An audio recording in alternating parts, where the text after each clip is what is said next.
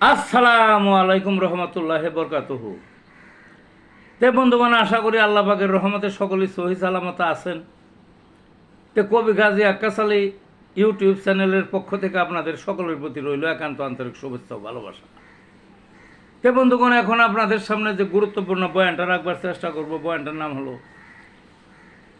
High pressure রোগের সঠিক কথন। কি? হাই প্রেশার রোগের সঠিক কথন। হাই প্রেশার কি রোগ তা সবাই জানেন। উচ্চ রক্তচাপ।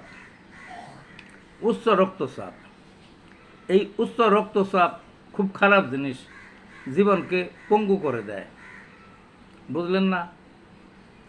এটা সাধারণত বেশি বয়স্ক যারা তাদের অধিকাংশেরই হয়, মধ্যম বয়সও আছে একটা বড় সংখ্যক, অল্প বয়সও হয় না তারপরেও একটা সংখ্যা আছে। বুঝলেন না? কিন্তু সমস্যা দাঁড়াইছে সচেতন মানুষ যারা পয়সা আছে, শহরে টহরে থাকে, তারা তো এটা ওই যে টেস্ট করে মানে ওই যে হাতে পেঁচিয়ে যেটা করে না, ওইটা দেখে। যদি বেশি হয় তাহলে ওষুধ খায়, ডাক্তারের শরণাপন্ন হয়।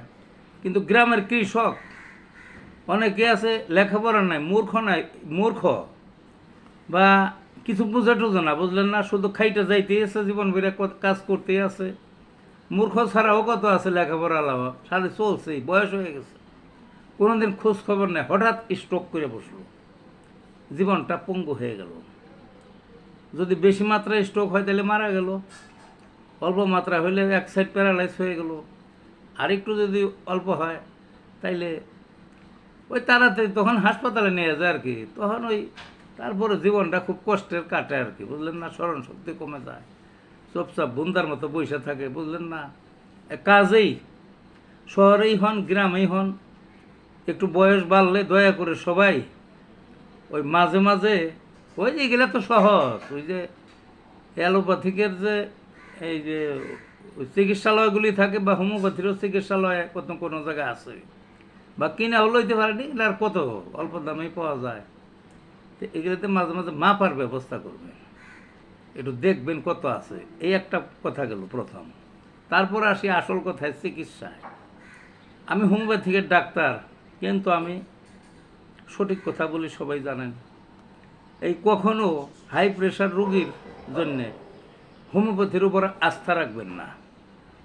আছে সুন্দর সুন্দর নাম, ইউটিউবে দেখবেন, বইয়ে টয়ে লেখা আছে, ডাক্তাররা সুন্দর কথা কবে যে এটা খেলে একেবারে ভালো নিয়ন্ত্রণ থাকবে, সারাইতে পারবে, সারা এইরকমও কয় হোমিওপ্যাথি কেউ কেউ।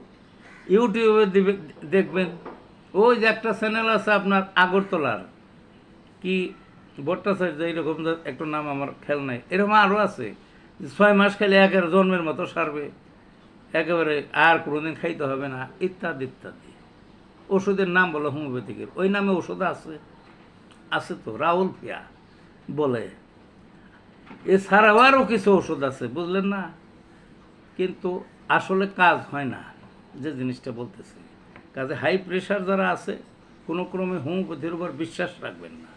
ওষুধ ঠিক মতো হোমিওপ্যাথির খাইয়া যাইতেছেন, তারপরও দেখবেন স্ট্রোক করে বসে রয়েছে। আমি হাতের আন্দাজে কই না, আমি ডাক্তার তো। ওই রোগী ফেল করছে, এই ওষুধ নিয়মিত খাওয়ার পরেও, নিয়মিত খাওয়া অবস্থায় দীর্ঘদিন, তারপরে অ্যাক্সিডেন্ট ঘটছে, অর্থাৎ প্রেশার ভীষণ ওইটা রোগীর কঠিন কষ্ট গেছে। বুঝলেন না? হ্যাঁ, তবে হাই প্রেশার যাদের হয়েছে অ্যালোপ্যাথিকের উপরে বিশ্বাস রাখবেন।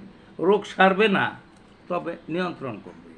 মানে বিভিন্ন ধরনের ঔষধ আছে বাজারে, মানে কোনটা আপনার জন্যে, আপনি ডাক্তারের শরণাপন্ন হবেন, ডাক্তার একটা নির্ধারণ করে দিবেন, নির্ধারণ করে দিলে প্রথমে যে ওইটা হবে তা তো না, আবার কিছুদিন পর আবার যাইবেন, আবার নির্ধারণ করবে, এইভাবে 2-3 বার নির্ধারণ করলে সঠিক একটা আসবে। তখন জীবনে যতদিন বাঁচা আছেন, নিয়মিত রাত্রে শোয়ার আগে একটা করে ট্যাবলেট বা ক্যাপসুল যাই দেয়, খাইয়েই যাইবেন। কারণ যেদিন খাইবেন না সেই দিন মনে রাখবেন, সেই দিন স্ট্রোক করতে পারে। সাধারণত নিয়মিত কেউ কইতে পারেন যে আল্লাহর ইচ্ছা, আল্লাহর তো ইচ্ছা অবশ্যই, তারপর ওষুধ তো আল্লাহই পাঠাইছে। বুঝলেন না?